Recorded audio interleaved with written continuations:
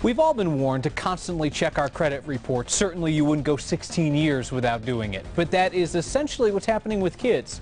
9 Wants to Know has learned thieves are getting away with stealing children's identities, and the government isn't alerting anyone.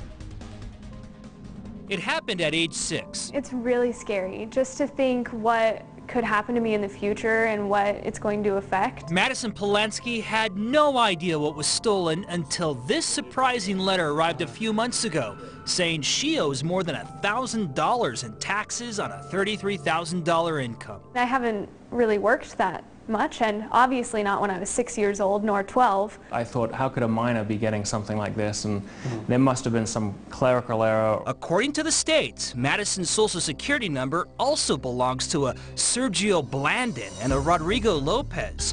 Both have been using her social security number for employment for years. Any idea how these 3 guys got a hold of her identifying information? We're still trying to figure that out. It gets worse.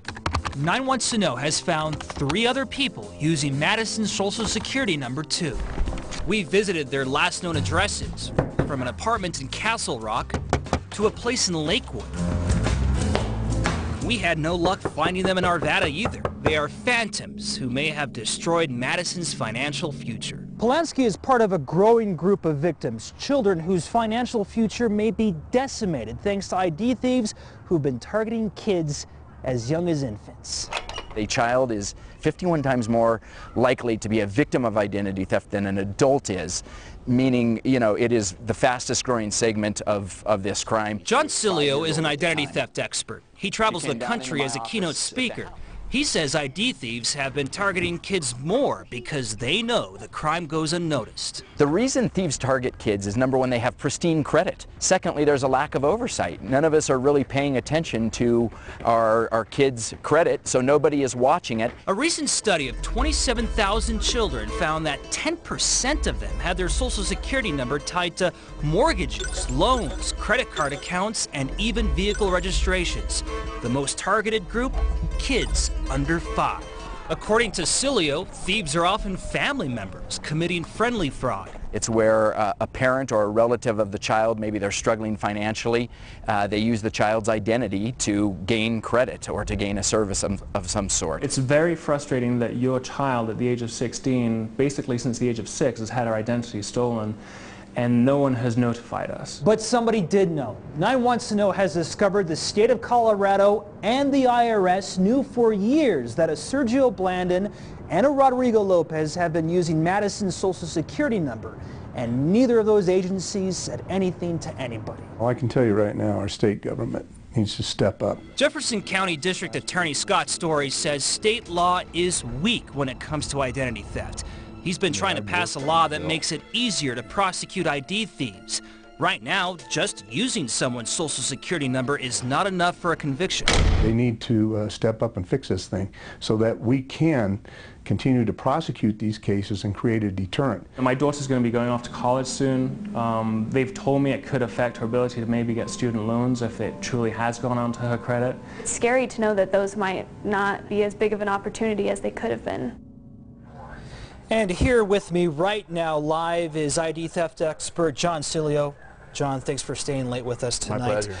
What can parents do right now to start protecting their kids' ID? You know, the first recommendation is really common sense, which is beware what you share. If you think about your child's privacy as a bank account, every time you give out information on the web, on social media, on a forum, you are spending on that account. And if you do it too quickly, you break the bank. Okay. How can parents find out if their child's ID has been compromised? That's the tough question, because sometimes it's 10 or 15 years before you find out. So if you're not getting financial junk mail or a collector at your door or even law enforcement or the IRS, as in the story tonight, you may never know it. It's very difficult. Okay. You know, we've heard stories from parents saying it's an uphill battle to fix fraud on a child's credit report. What can parents do if they find fraud? You know, it's so difficult. My first recommendation is always prevent before you try and recover. And the second thing that's really pretty simple to do is get one of those ID theft monitoring services. They help you recover. So it's not just for prevention, it's also on the recovery side. Okay, can parents put a freeze on kids' credit reports now? If if kids have a credit report, which most kids don't, of course, so you have to be a little bit careful because you don't want to open up credit when your kids don't already have it. Okay, great. John, thanks for staying with us tonight. My pleasure. We appreciate your information. You bet. And we are not done helping you right now just yet. Log on to 9news.com. We have our producers and some experts chatting with us on our live web chat. We are here to answer your questions, and some of you could share your stories and obstacles about child ID theft. That's on 9news.com. Back to you. Well, Jeremy, I know that we've talked in the past about folks who have passed away and then their identities are stolen, but that one never occurred to me in terms of kids and ID theft. And parents feel the same way. They have no idea that this is just something that's oblivious for them. Right. Okay. Yep. They don't work. Typically, you're in a paycheck, use a credit card. You never look. You can steal something in a place that nobody would ever look. All right, Jeremy Hohola, thank you much.